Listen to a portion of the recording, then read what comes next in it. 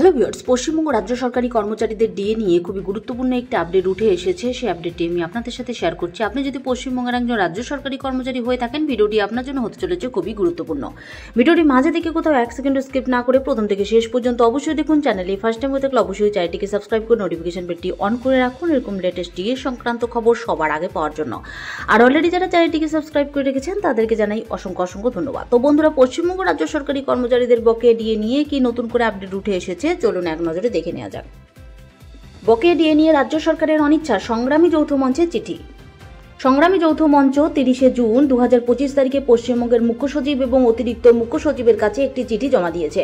Supreme কোর্টের নির্দেশ অনুযায়ী রাজ্যের সরকারি কর্মচারীদের বকেয়া 25% মহার্ঘ ভাতা অবিলম্বে মিটিয়ে দেওয়ার দাবি জানানো হয়েছে।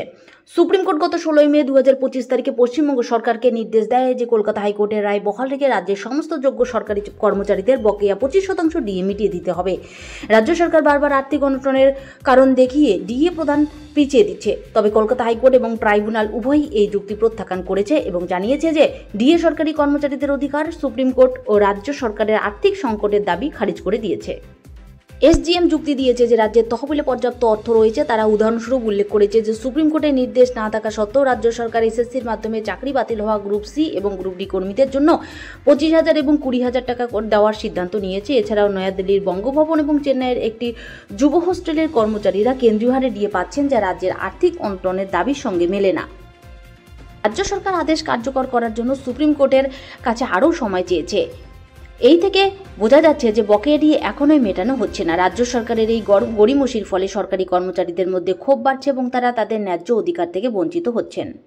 এদিকে মহার্ঘ ভাতার আসল খরচ কত, তথ্য চেয়ে অর্থ দপ্তরে আরটিআই দাখিল ইউনিটি ফোরামের। রাজ্য সরকারি কর্মী এবং পেনশনভোগীদের মহার্ঘ ভাতা নিয়ে রাজ্যের প্রকৃত খরচের চিত্র জানতে চেয়ে তথ্য জানার অধিকার আইনের দ্বারস্থ হলেন ইউনিটি ফোরামের আহ্বায়ক পলাশ দত্ত। আজ 26 জুন 2025 তিনি পশ্চিমবঙ্গ সরকারের অর্থ দপ্তরে একটি আরটিআই আবেদন জমা